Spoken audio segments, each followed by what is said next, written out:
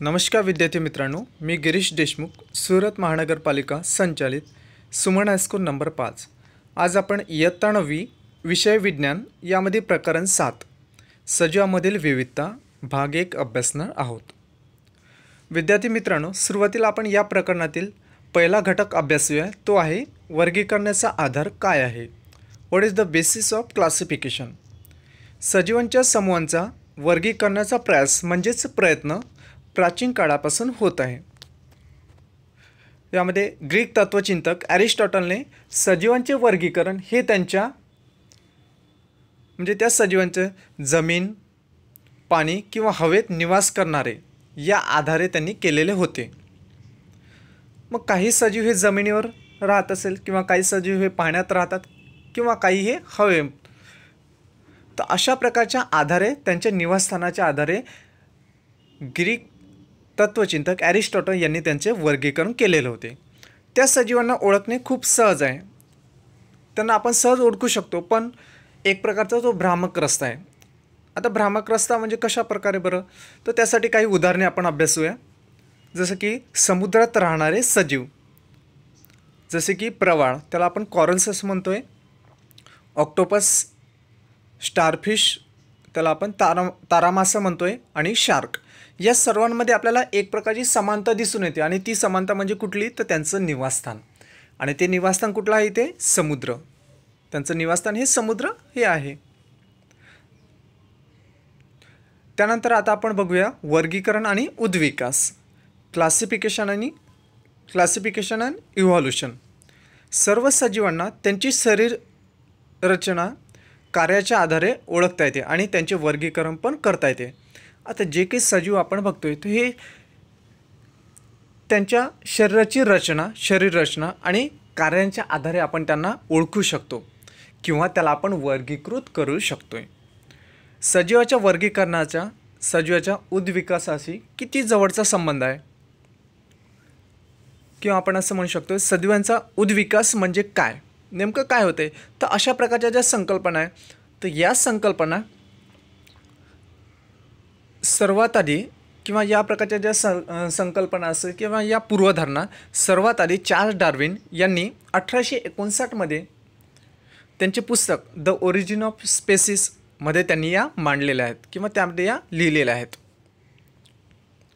त्यांच्यामध्ये सजीवांच्या उद्विकासाच्या या पूर्वधारणेला वर्गीकरणाशी जोडले असता फारसा असा आपल्याला फरक जाणून येत नाही किंवा दिसून येत नाही, पण त्यामध्ये जेव्हा आपण बघतोय तर काय लक्षात येते की पहिल्या प्रकारच्या सजीवांना त्यांनी असं म्हटलंय, काही गोष्टी त्यांनी नमूद केल्या आहे। जसं की आपण इथे बघतोय पहिल्या प्रकारच्या सजीवांना आदी किंवा निम्न सजीव म्हणतात, आणि दुसऱ्या प्रकारच्या सजीवांना श्रेष्ठ किंवा उच्च सजीव त्यांना म्हणतात। आता आदी किंवा निम्न सजीव किंवा श्रेष्ठ किंवा उच्च सजीव हे शब्द योग्य नाही, कारण की त्यामुळे त्यांच्या भिन्नतेची व्यवस्थित आपल्याला कल्पना करता येत नाही। म्हणून त्याऐवजी त्यांनी जुने सजीव किंवा प्राचीन सजीव असे त्यांनी म्हटलेलं आहे, आणि नवीन सजीव, तर अशा शब्दांचा त्यांनी येथे उपयोग केलेला आहे। उद्विकासादरम्यान सजीवात जटिलता प्रवेशण्याची संभावना जास्त प्रमाणात असते, म्हणून जुन्या सजीवांना साधारण किंवा सामान्य सजीव असं म्हटलं जातं आहे, आणि नवीन सजीवांना जटिल सजीव म्हणतात। नवीन सजीवांना जटिल सजीव असं म्हटलं जातं आहे। त्यानंतर आता आपण बघूया वर्गीकरण समूहांची पदानुक्रमित संरचना, the hierarchy of classification of groups. Ernest Haeckel 1894, Robert Whittaker 1959 आणि कार्ल स्व्यूज 1977 या नावाच्या जीव वैज्ञानिकांनी सर्व सजीवांना, म्हणजे जे काही पृथ्वीवर जे काही सजीव आहेत या सर्व सजीवांना त्यांनी एका व्यापक वर्गामध्ये विभाजित केले, आणि त्या वर्गाचं नाव आहे सृष्टी। म्हणजे या तीनही वैज्ञानिकांनी काय केलं आहे, या सजीवांना सृष्टी म्हणजेच किंगडम नावाच्या एका मोठ्या व्यापक वर्गामध्ये त्यांना विभाजित केलेलं आहे। त्यानंतर व्हिटेकरद्वारा, आता व्हिटेकर हा सुद्धा एक जीव वैज्ञानिक होता. तर यांनी काय केलं आहे,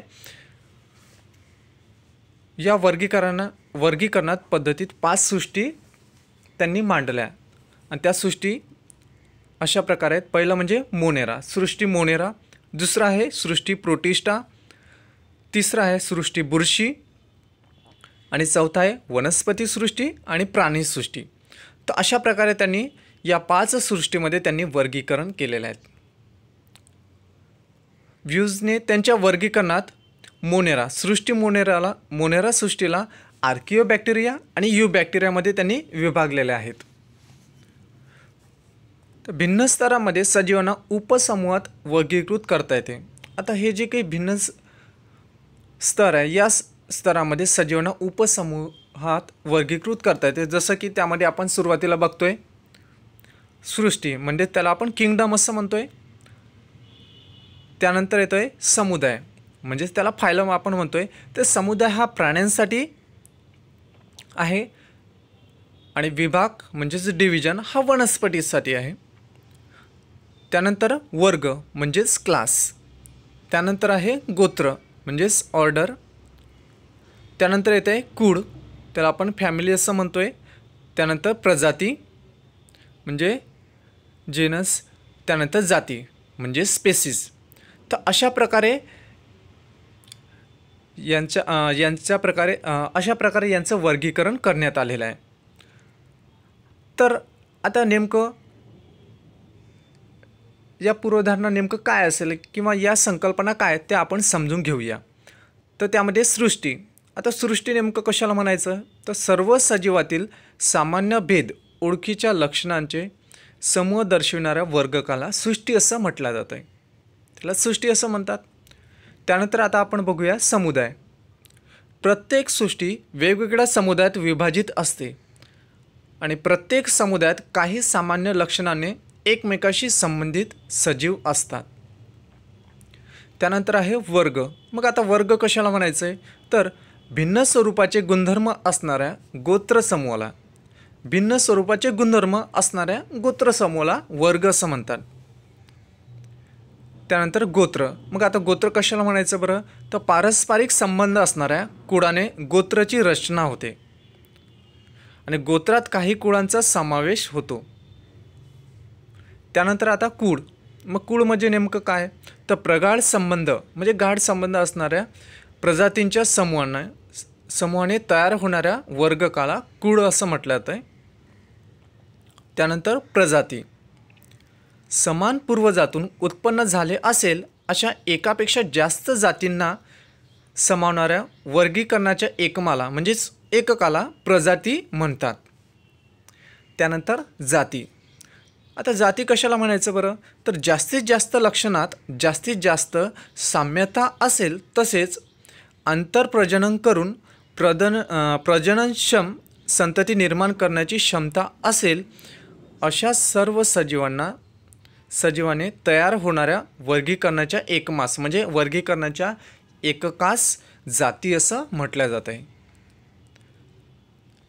यानंतर आपण बघूया सजीवांचे वर्गीकरण. तर त्यासाठी आपण सुरुवातीला 5 सृष्टीमध्ये वर्गीकरण करण्यात आलं आहे ते आपण येथे अभ्यासूया. तर सजीव म्हटलंय, तर सजीवला सुरुवातीला आपण आदिकोश केंद्रीय म्हणजे त्याला आपण प्रोकॅरियोटिक सजीव असं म्हणतोय आणि दुसरा आहे सुकोश केंद्रीय म्हणजेच युकॅरियोटिक. या दोघांमध्ये त्यांना विभाजित करण्यात आलं आहे. मग परत आता इथे आदिकोश केंद्रीय कोश म्हणा किंवा सजीव, तर यामध्ये किंवा प्रोकॅरियोटिक यांचं परत विभाजन. आता यामध्ये कुठले येणार बरं, तर एक कोशीय सजीव, उदाहरणार्थ सृष्टी मोनेरा. आणि इकडे सुकोश केंद्रीय सजीव म्हणजेच युकॅरियोटिकमध्ये परत यांचं विभाजन झाल्यास एक कोशीय सजीव आणि बहुकोशीय सजीव. तर एक कोशीयमध्ये येतोय सृष्टी प्रोटिस्टामध्ये जे सजीव आहेत ते एक कोशीय असतात आणि इकडे बहुकोशीयांचं परत विभाजन झालं आहे. मग कोशीयला त्यांचं विभाजन त्यामध्ये काय कशा प्रकारे विभाजन झालेलं आहे, तर कोशभिंतयुक्त सजीव आणि कोशभिंत नसलेले सजीव. म्हणजे काही सजीव असे आहेत ज्यांच्यामध्ये कोशभिंतही आहेत आणि काही सजीवामध्ये कोशभिंतही नाहीत. तर अशा प्रकारे त्यांचं विभाजन करण्यात आलं आहे. मग आता कोशभिंतयुक्त सजीव यांचंसुद्धा विभाजन करण्यात आलं आहे. परत त्यामध्ये कोशभिंतयुक्त सजीवमध्ये आता परत यामध्ये प्रकाश संश्लेषण न करणारा सजीव आणि प्रकाश संश्लेषण करण्याची क्षमता असणारे सजीव अशा दोन वर्गामध्ये यांचं विभाजन करण्यात आलं आहे. मग आता प्रकाश संश्लेषण न करणारा सजीव, मग त्यामध्ये येतं आहे सृष्टी, बुरशी. तर अशा प्रकारचे सजीव यामध्ये येतात की हे काय करतात, प्रकाश संश्लेषण करत नाहीत. आणि दुसऱ्या बाजूला प्रकाश संश्लेषण करण्याची क्षमता असणारे सजीव यामध्ये येतात सृष्टी, वनस्पती. मग सर्व प्रकारचे जे वनस्पती असेल त्या सर्वांचा समावेश यांच्यामध्ये असतो. मग यामध्ये काही असेलच, काही प्रकाश संश्लेषण करतात तर काही नाही करत. तर प्रकाश संश्लेषण करण्याची क्षमता असणारे सजीव त्यामध्ये सृष्टी, वनस्पतीही येते. परत आता हे सर्व झाले कोशभिंतयुक्त सजीवमध्ये. आता आपण बघूया कोशभिंत नसलेले सजीव. मग कोशभिंत नसलेले सजीव त्यामध्ये आहे सृष्टी, प्राणी. म्हणजे सर्व प्राणी हे कोशभिंत नसलेले सजीव आहेत, या वर्गामध्ये मोडतात. तर अशा प्रकारे या 5 सृष्टीमध्ये सजीवांचे वर्गीकरण करण्यात आलेले आहे. तर बघूया आपण 5 सृष्टी वर्गीकरण म्हणजे 5 किंगडम क्लासिफिकेशन. तर व्हिटेकरने 1969मध्ये जिवंत सजीवांना खालील 5 सृष्टीत वर्गीकृत केले. त्यामध्ये सृष्टी मोनेरा. मग आता सृष्टी मोनेरा म्हणजे नेमकं काय, आताच आपण बघितलं आहे चार्टमध्ये, ज्यात आदिपेशी केंद्रीय सजीव आणि नीलरहित शैवालचा समावेश केला आहे. त्यानंतर दुसरा आहे सृष्टी प्रोटिस्टा, एकपेशीय सुपेशी केंद्रीय सजीव जसे की प्रजीव, लायकेन आणि शैवालचा समावेश त्यामध्ये होतो. त्यानंतर तिसरा आहे सृष्टी बुरशी. मग सृष्टी बुरशीमध्ये काय येतात, तर बहुपेशीय उच्च कक्षेत बुरशीचा समावेश होतो. त्यानंतर चौथा आहे सृष्टी वनस्पती. यामध्ये बहुपेशीय विकसित हिरव्या वनस्पती आणि विकसित शैवाल समाविष्ट आहे. तर अशा प्रकारे या सृष्टी वनस्पतीमध्ये येतात. त्यानंतर पाचवं बघूया सृष्टी प्राणी. तर यामध्ये बहुपेशीय प्राणी समाविष्ट आहे. तर सुरुवातीला आपण बघूया सृष्टी मोनेरा. तर या सजीवास सुयोजित पेशी केंद्र आणि अंगिका नसतात.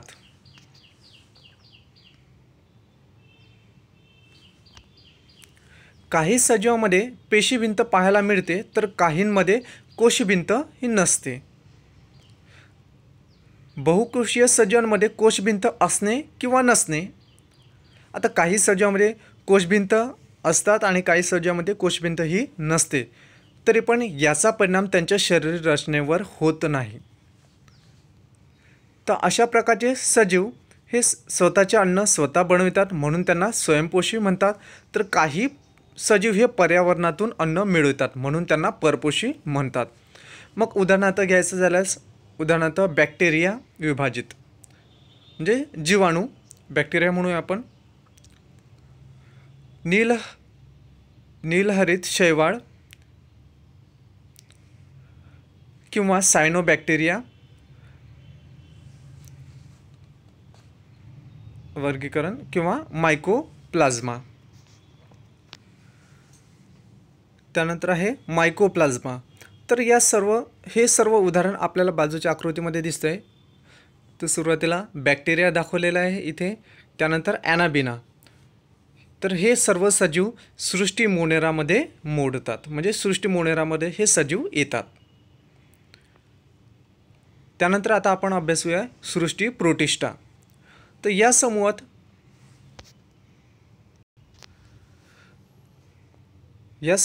एकपेशीय पुष्कळ प्रकारचे सुकोश केंद्रीय सजीवांचा समावेश होतो. या वर्गाच्या काही सजीवांमध्ये प्रचलनासाठी म्हणजेच हालचालीसाठी पक्ष्म किंवा कशा नावाची रचना पाहायला मिळते. म्हणजे ते पक्ष्म किंवा कशा नावाच्या रचनेने स्वतःची हालचालीसाठी म्हणजे प्रचलनासाठी ते उपयोग करतात. तर हे सजीव स्वयंपोषी तसेच विषमपोषी हे दोन्ही प्रकारचे असतात. उदाहरणार्थ एककोशीय शेवाळ, डायटेम्स, जीवाणू आणि प्रोटोझोआ म्हणजेच प्रजीव. तर अशा प्रकारच्या सजीव सृष्टी प्रोटिस्टामध्ये ते येतात. आपण आकृतीमध्ये बघूया. तर सुरुवातीला उदाहरण आहे पॅरामेशियम. आता पॅरामेशियम तुम्हाला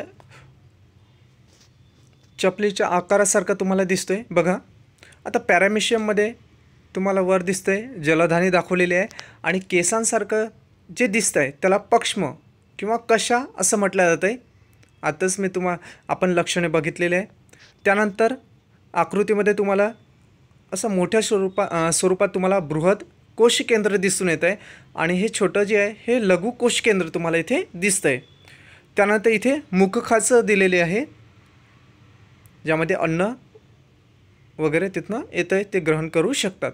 त्यानंतर कोशरसीय अंगिका, त्यानंतर अन्नधानी, नंतर कोशरसीय प्रवर्ध आणि उत्सर्ग द्रव्य.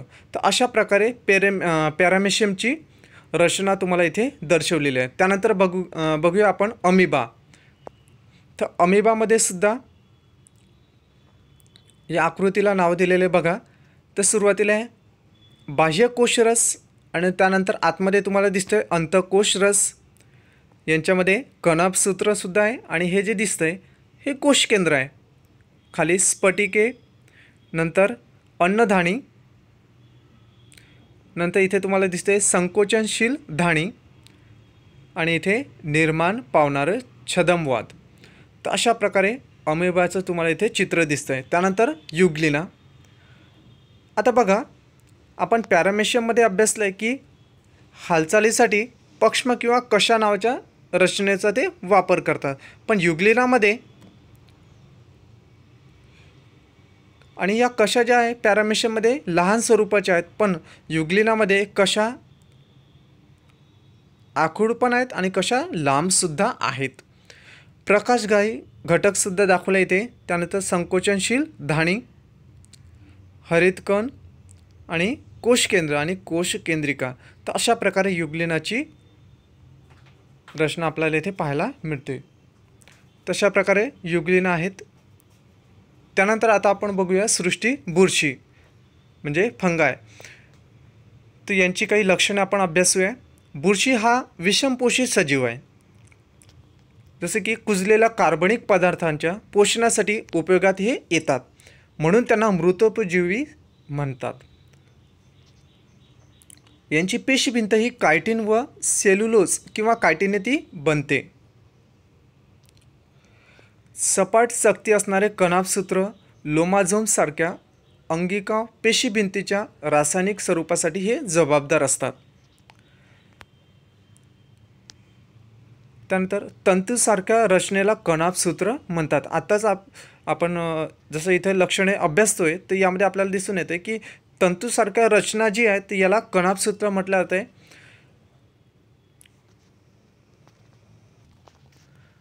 बुरशीच्या जाती नीलरहित शेवाळ यामध्ये सायनोबॅक्टेरिया बरोबर स्थायी आंतरसंबंध ते ठेवतात. आताच आपण बघितलं की जसं बुरशीच्या जाती नीलरहित शेवाळ म्हणजे सायनोबॅक्टेरिया बरोबर स्थायी आंतरसंबंध ते ठेवतात आणि अशा सहजीवी सजीवांनाच लायकेन म्हणतात. लायकेन्स हे मोठ्या प्रमाणात वृक्षांच्या सालीवर रंगीत डागाच्या स्वरूपात आपल्याला पाहायला ते मिळते. उदाहरणार्थ येस्ट, मशरूम म्हणजे एग्रिक्स म्हणतो आपण त्याला. तर अशा बऱ्याच प्रकारची उदाहरणं आहेत. तर यापैकी चित्राच्या स्वरूपात तुम्हाला दाखवलं आहे एस्परजिलस, त्यानंतर पेनिसिलियम आहे आणि शेवटी आहे मशरूम. तर हे सर्व जे आहे हे बुरशी या सृष्टीमध्ये हे सजीव हे या वनस्पती यांच्यामध्ये हे येतात. त्यानंतर आता आपण बघूया वनस्पती सृष्टी म्हणजे किंगडम प्लांटी. या वर्गात पेशीभिंत असणाऱ्या बहुपेशीय सुपेशी केंद्रीय म्हणजेच युकॅरियोटिक सजीव येतात. ते स्वयंपोषी आहेत. या वर्गात येणारे सजीव ते स्वयंपोषी आहेत.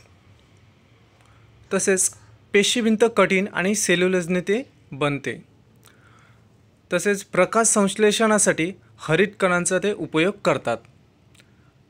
आता खाली तुम्हाला चित्र दाखवले बघा. तर अशा प्रकारचे सजीव या वनस्पती सृष्टीमध्ये येतात.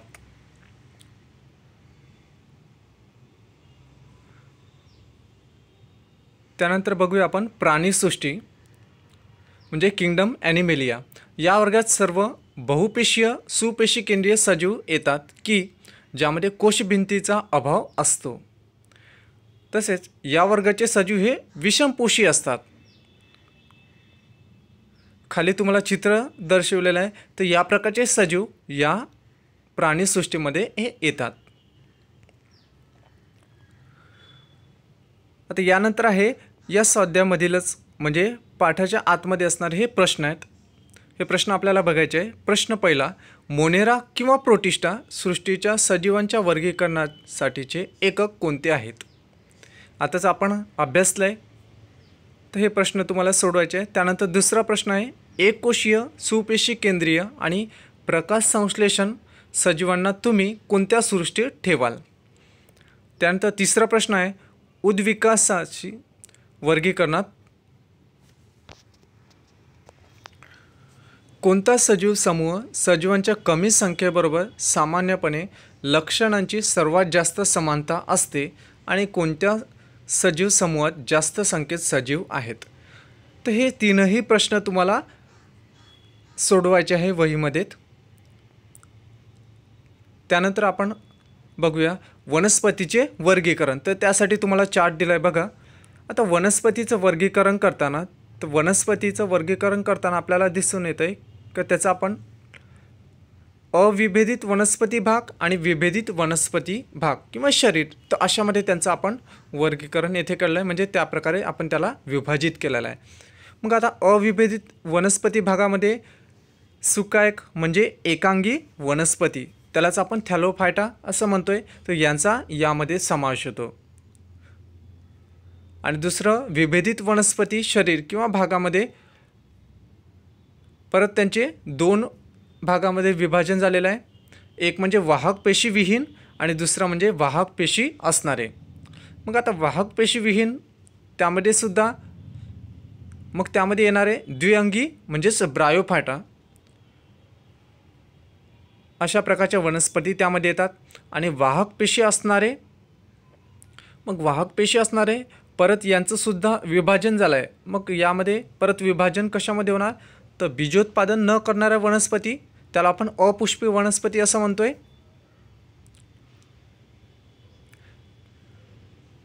आणि दुसरं आहे बीज उत्पादन करणाऱ्या वनस्पती म्हणजे सपुष्पी वनस्पती. मग आता बीजोत्पादन न करणाऱ्या वनस्पती त्याला अपुष्पी म्हटलं आहे. तर यांच्यामध्ये येतात त्रिअंगी टेरिडोफायटा आपण त्याला म्हणतोय. आणि इकडे बीज उत्पादन करणाऱ्या वनस्पती म्हणजे सपुष्पी वनस्पती यांचं परत वर्गीकरण करण्यात आलेलं आहे, विभाजित करण्यात आलं याला. तर अनावृत्त बीज धारण करणाऱ्या वनस्पती आणि दुसरं आहे फळामध्ये आवृत बीज असणारे वनस्पती. मग अनावृत्त बीज धारण करणाऱ्या वनस्पतीमध्ये अनावृत्त बीज धारण करणारी म्हणजे जिम्नोस्पर्म त्याला म्हटलं जातं आहे. आणि दुसऱ्या बाजूला फळामध्ये आवृत बीज असणारी वनस्पती त्याला आवृत्त बीज धारण करणारी वनस्पती म्हणजे त्यालाच अँजिओस्पर्म असं म्हटलेलं आहे. यांच्याबद्दल आपल्याला पुढे अभ्यासाचं आहेतच. परत आवृत्त बीज धारण करणाऱ्या वनस्पतीचे परत दोन भागामध्ये विभाजन करण्यात आलं आहे. एक म्हणजे दोन बीजपत्र असणारे बीज आणि दुसरं आहे एक बीजपत्र असणारे बीज. मग आता दोन बीजपत्र असणारे बीज त्याला आपण द्विदलीय म्हणजे डायकॉटिलिडॉन्स असं म्हणतोय. डाय म्हणजे काय? दोन, म्हणून त्याला द्विदल वनस्पती आपण म्हणतोय किंवा द्विदलीय वनस्पती. आणि एक बीजपत्र असणारे बीज म्हणजे त्याला एकदलीय वनस्पती म्हणजे मोनोकॉटिलिडॉन्ससुद्धा असं म्हणतोय. तर अशा प्रकारे वनस्पतींचं वर्गीकरण करण्यात आलं आहे. पुढे आपण बघूया सुरुवातीला वनस्पती सृष्टी म्हणजे किंगडम प्लांटी. मग आता यांचं वर्गीकरण आपल्याला बघायचं आहे, प्लांट क्लासिफिकेशन. आता सृष्टी वनस्पतीला खालील कक्षेवरून विविध विभागात विभागण्यात येतात. तर सुरुवातीला पहिलं वनस्पतींच्या वर्गीकरणाचे प्रथम स्तर वनस्पती देहाची विभेदितता आणि अविभेदिततेवर आधारित आहे.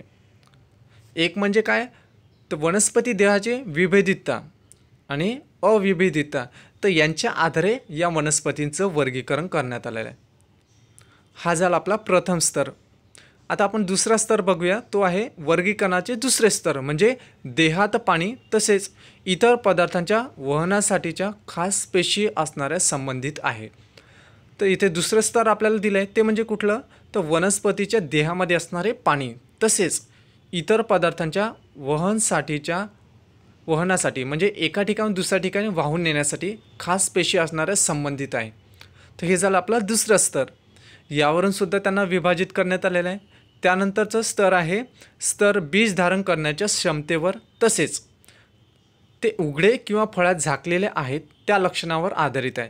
समजा एखादी वनस्पती ही बीज धारण करत असेल किंवा बीज धारण करण्याची क्षमता त्या वनस्पतीमध्ये असेल, बरोबर ना, तसेच ते जे आलेलं बीज असेल, धारण केलेले जे बीज असेल, हे बीज उघडे आहे किंवा फळात झाकलेले आहेत या लक्षणांच्या आधारे सुद्धा यांचं वर्गीकरण करण्यात आलेलं आहे.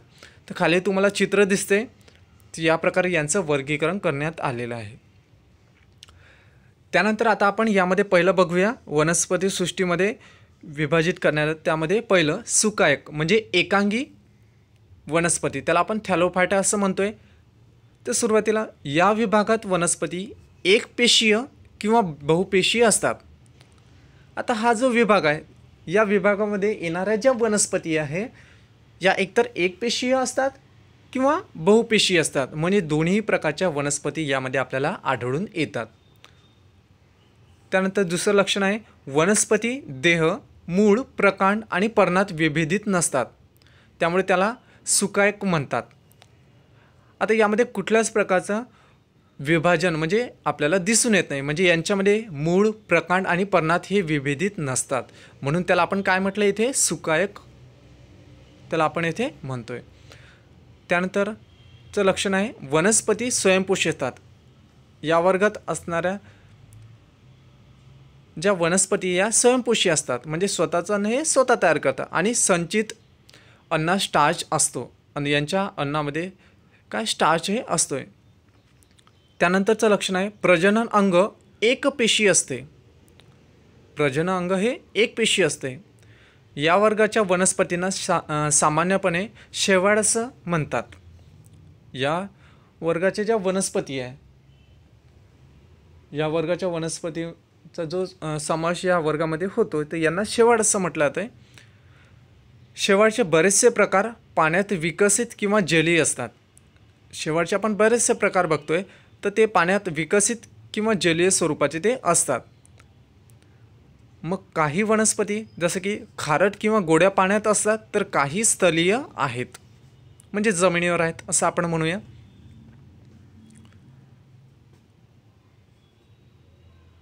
उदाहरणार्थ युलेथ्रिक्स, स्पायरोगारा, कारा आणि क्लेडोफोरा. तर यापैकी काही उदाहरणांचे आपल्याला चित्र दाखवलं आहे. त्यामधलं उदाहरण आहे वनस्पती उदाहरण क्लेडोफोराचं तुम्हाला चित्र दिसतंय पहिलं. त्यानंतर आहे अल्वा, त्यानंतर आहे स्पायरोगारा. तर अशा प्रकारच्या वनस्पती सुकायक म्हणजे एकांगी या प्रकारामध्ये त्या मोडतात किंवा या प्रकारामध्ये त्या येतात. त्यानंतर आपण बघूया द्विअंगी म्हणजे ब्रायोफाटा वनस्पती. तर यांची लक्षणे आपण बघूया. तर वनस्पती सृष्टीच्या या वर्गाच्या वनस्पतींच्या वर्गाला उभयजीवी म्हणतात. उभयजीवी तुम्ही अभ्यासलेला आहेतच, बरोबर ना, जे जमिनीत पण राहतात आणि पाण्यामध्ये सुद्धा राहतात, म्हणून त्यांना आपण उभयजीवी म्हणतोय, बरोबर. तर वनस्पती देह या वनस्पतीच्या प्रकांड आणि पर्ण यासारख्या रचनेत विभेदित होते. सुरुवातीच्या म्हणजे सुकायकमध्ये आपण बघितलं का त्यामध्ये कुठल्याच प्रकार मूळ, प्रकांड या कशामध्येच किंवा पर्ण यामध्ये ते विभेदित होत नाही. पण द्विअंगीमध्ये काय होते, यांचा या वनस्पतीचा देह, प्रकांड आणि पर्ण यासारख्या रचनेमध्ये ते विभेदित होतात. बरोबर. तर या वनस्पतीच्या देहाच्या एका भागापासून दुसऱ्या वस्तूंचे वहन करण्यासाठी, म्हणजे दुसऱ्या भागापर्यंत वस्तूचे वहन करण्यासाठी कोणतीही विशिष्ट कोशीय संरचना किंवा कोशी पाहायला मिळत नाही. या वनस्पतीमध्ये आपल्याला काय, तर समजा वनस्पतीच्या एका भागापासून दुसऱ्या भागापर्यंत वहन करण्यासाठी एखाद्या वस्तू वहन करायचं आहे, मग त्यासाठी कुठल्याच प्रकारची विशिष्ट कोशीय संरचना किंवा कोश आपल्याला पाहायला येथे मिळत नाहीत. सुकायक सपाट गुळगुळीत आणि हृदय आकाराची असतात. मूळ तयार होत नाही. या प्रकारच्या वनस्पतीमध्ये मूळ हे तयार होत नाही. उदाहरणार्थ रिक्शिया, शेवाळ, फ्युनारिया आपण म्हणतोय आणि मार्केन्शिया. तर या उदाहरणाचे खाली चित्र दर्शवलेलं आहे बघा. पहिला आहे रिक्शिया, त्यानंतर आहे फ्युनारिया आणि तिसरा आहे मार्केन्शिया. तर अशा प्रकारच्या वनस्पती या द्विअंगी वनस्पतीमध्ये या मोडतात. हे जे उदाहरण आहे हे सर्व द्विअंगी वनस्पतीमध्ये हे मोडतात. त्यानंतर आपण अभ्यासूया त्रिअंगी वनस्पती म्हणजे टेरिडोफायटा.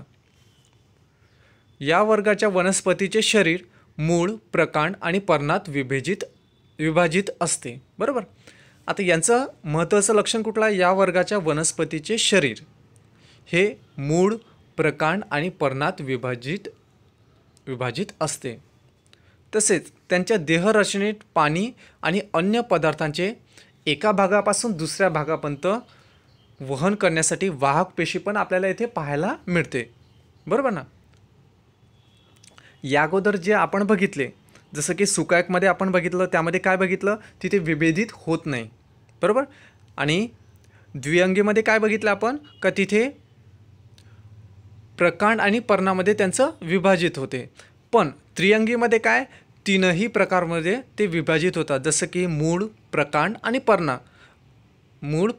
पर्ण. तर या तीनही प्रकारामध्ये हे विभाजित होतात. आणि परत यामध्ये आपल्याला काय दिसून येतं आहे की त्यांच्या देहरचनेत पाणी किंवा अन्य पदार्थाचे एका भागापासून दुसऱ्या भागापर्यंत वहन करण्यासाठी एक विशिष्ट पेशी असते किंवा वाहक पेशी.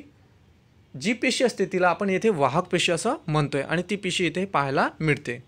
उदाहरणार्थ मार्सेलिया, हंसराज, हॉर्सटेल म्हणजे इक्विसेटम. बरोबर. तर अशा प्रकारच्या वनस्पती आपल्याला इथे पाहायला मिळतात. तर त्यापैकी मार्सेलियाचं चित्र तुम्हाला दिसते. आता मार्सेलियामध्ये बघा, मी बाणाच्या सहाय्याने दाखवलं आहे. पर्ण तुम्हाला दिसते, त्यानंतर बीजाणुधानी तुम्हाला दिसून येते, त्यानंतर इथे प्रकांड. बरोबर. आणि नंतर सर्वात खाली आहे मूळ. म्हणजे अशा तीनही प्रकारामध्ये इथे विभाजित झालेलं आहे. ही जी वनस्पती या तीनही प्रकारामध्ये हे दिसून येते. त्यानंतर हंसराजचं सुद्धा चित्र दाखवलं आहे. त्याला नेफ्रोलेपिस किंवा फण असं म्हटलं जातं आहे. तर अशा प्रकारच्या वनस्पती या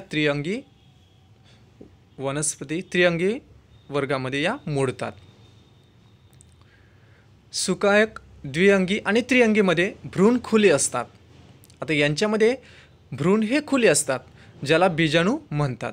या तिन्ही समूहाचे प्रजनन अंग खूपच अल्प विकसित असतात आणि त्यामुळे त्यांना अपुष्पी वनस्पती म्हणतात, की ज्यांची प्रजनन अंगे झाकलेली असतात. अपुष्पीमध्ये काय, तर यांच्यामध्ये ही प्रजनन अंगे झाकलेली असतात. जेव्हा चांगल्या प्रकारच्या विभेदन प्रजनन उतीयुक्त वनस्पती की ज्या शेवटी बीज बनवतात. आता सुरुवातीला आपण काय बघितलं आहे, की यांचे प्रजनन अंग झाकलेले असतात म्हणून त्यांना अपुष्पी वनस्पती म्हणतात. आणि यांच्यामध्ये बीज, काही वनस्पती यांच्यामध्ये काय, तर बीज हे बनवतात, म्हणजे बीज त्यामध्ये तयार होतं म्हणून त्यांना सपुष्पी वनस्पती म्हणतात. परत यांचे दोन गट तयार झाले, जसं की खुले किंवा फुलात झाकलेल्या बीजच्या आधाराने दोन समूहात त्यांना परत वर्गीकृत करण्यात आलं आहे. आणि एक म्हणजे कुठलं, अनावृत्त बीजधारी वनस्पती आणि आवृत्त बीजधारी वनस्पती. तर अशा दोन वर्गामध्ये यांना वर्गीकृत करण्यात आलं आहे. तर यामध्ये सुरुवातीला आपण बघूया अनावृत्त बीज धारण करणाऱ्या वनस्पती म्हणजे जिम्नोस्पर्म. हा शब्द जिम्नो आणि स्पर्मा एकत्र करून व ग्रीक शब्दापासून तयार झाला आहे। जसं आपण येथे बघितलंय की जिम्नो आणि स्पर्मा एकत्र करून या ग्रीक शब्दापासून हा तयार झालेला आहे, म्हणून त्याला आपण जिम्नोस्पर्म असं म्हणतोय। आता जिम्नोचा अर्थ नेमका काय होतोय, तर जिम्नोचा अर्थ होतो नग्न किंवा अनावृत्त आणि स्पर्माचा अर्थ होतो की अंडबीज, त्यामुळे त्यांना अनावृत्त बीज धारण करणाऱ्या वनस्पती असं म्हणतात। तर या वनस्पती दीर्घायुषी सदाबहार आणि काष्टीय वनस्पती असतात। आता उदाहरणार्थ पायनस आणि सायकस। पायनसचं चित्र तुम्हाला दिसतंय आणि सायकसचं चित्र तुम्हाला दिसून येतंय। आता हे दोन्ही तुम्हाला बॉटनिकल गार्डन्समध्ये तुम्हाला हे दिसून येणार। त्यानंतर आपण बघूया आवृत्त बीज धारण करणाऱ्या वनस्पती म्हणजे अँजिओस्पर्म। हा शब्द दोन ग्रीक शब्दांनी तयार झाला आहे। अँजिओ म्हणजेच आवरित आणि स्पर्मा म्हणजे अंडबीज किंवा या वनस्पतींच्या बीज फळाने आवरित किंवा झाकलेले हे असतात। त्यांच्या बीजांचा विकास अंडाशयाच्या आत होतो आणि त्यानंतर ते फळ तयार होते। आता यांचा जो काही विकास आहे, या बीजांचा विकास अंडाशयाच्या आतमध्येच होतो आणि विकास झाल्यानंतरच त्या फळामध्ये ते तयार होते, म्हणून त्यांना सपुष्पी वनस्पती म्हणतात। त्यांच्या अन्नाचा संग्रह बीजपत्रात होतो किंवा गर्भकोशात होतो। आता यांच्या अन्नाचा जो काही संग्रह आहे हा बीजपत्रामध्ये किंवा गर्भकोशामध्येच होतो, म्हणूनच या बीजपत्राच्या संख्येच्या आधारावर आवृत्त बीज धारण करणाऱ्या वनस्पतींचे दोन भागात विभाजन केले गेले। एक म्हणजे एक बीजपत्र धारण करणाऱ्या वनस्पती, त्यांना एकदलीय वनस्पती म्हणतात आणि दोन बीजपत्र धारण करणाऱ्या वनस्पतींना द्विदलीय वनस्पती म्हणतात। तर खाली तुम्हाला चित्र दिसते एकदल वनस्पती आणि द्विदल वनस्पती। तर यानंतर आता आपण बघूया एकदलीय वनस्पती। मग आता एकदलीय वनस्पती म्हणजे नेमकं काय, तर बघा एकदलीय वनस्पती, आता या वनस्पतीत सुरुवातीला आपण यांची लक्षणे अभ्यासूया। तर या वनस्पतीत त्यांच्या बीजमध्ये एक बीजपत्र असते, बरोबर, त्यात अस्थानिक तंतुमय मूळतंत्र असते। सहसा प्रकांड अशाखित असतात। यांचे जे काही हे प्रकांड आहे हे अशाखित असतात। क्वचितच ते कवडे आणि शाखित असते। क्वचितच म्हणजे काहीसेच आपल्याला कवडे आणि शाखित स्वरूपाचे ते दिसून येतात। पर्णात समांतर शिराविन्यास असते। शिराविन्यास म्हणजे काय, एकसारख्या तुम्हाला रेषा दिसून येणार, बरोबर ना।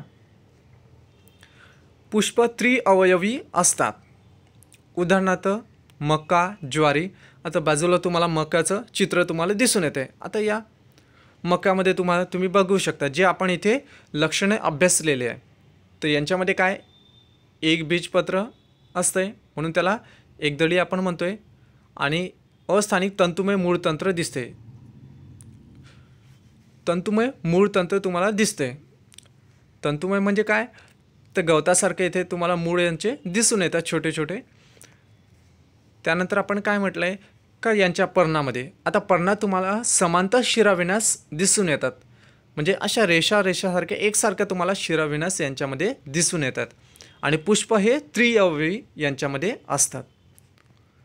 तर अशा प्रकारची लक्षणे एकदलीय वनस्पतीमध्ये आपल्याला दिसून येते, आणि त्यांचं उदाहरण आताच आपण बघितलंय, म्हणजे कुठलं, मका, ज्वारी। तर अशा प्रकारचे उदाहरणं आहेत। त्यानंतर आता आपण अभ्यासूया दुसरं द्विदलीय वनस्पती। मग आता द्विदलीय वनस्पती म्हणजे नेमकं त्यामध्ये कशा प्रकारच्या वनस्पतींचा समावेश होतोय, तर यासाठी काही त्यांची लक्षणे अभ्यासूया। त्यामध्ये वनस्पतीमध्ये दोन बीजपत्रयुक्त बीज असतात, म्हणजे यांच्यामध्ये आपल्याला दोन बीजपत्रयुक्त बीज आपल्याला त्यामध्ये दिसून येतात। सामान्यतः त्यात स्थानिक किंवा सोटीमय मूळतंत्र असते। सोटीमय म्हणजे काय, तर जमिनीच्या आतमध्ये म्हणजे खूप खोलवर गेलेले मूळ आपल्याला यांच्यामध्ये दिसून येतात। प्रकांड सहसा शाखित असते। यांचे जे प्रकांड आहे हे शाखित स्वरूपाचे असतात। पर्णात जलाकार शिराविन्यास असते। आता जालाकार शिराविन्यास म्हणजे काय, तर यांचं पर्ण जर आपण बघितलं तर जाळीच्या स्वरूपासारखं तुम्हाला दिसून येत आहे. पुष्प चतुअवयवी किंवा पंचावयवी असतात. आता हे पुष्प जे आहे ते तुम्हाला चतुअवयवी म्हणजे तुम्हाला इथे दिसून येतं, चित्र जर बघितलं तर अशा प्रकारचे लक्षणे या वनस्पतीमध्ये दिसून येतात. उदाहरणार्थ सूर्यफूल, वाटाणा, बरोबर ना. तर हे सर्व झाले द्विदलीय वनस्पतीचे उदाहरण. बाजूच्या चित्रामध्ये तुम्हाला इथे दिसून येत आहे, बरोबर ना. तर यानंतर राहिलेले जे काही घटक आहेत ते आपण भाग 2 मध्ये अभ्यासूया. धन्यवाद विद्यार्थी मित्रांनो.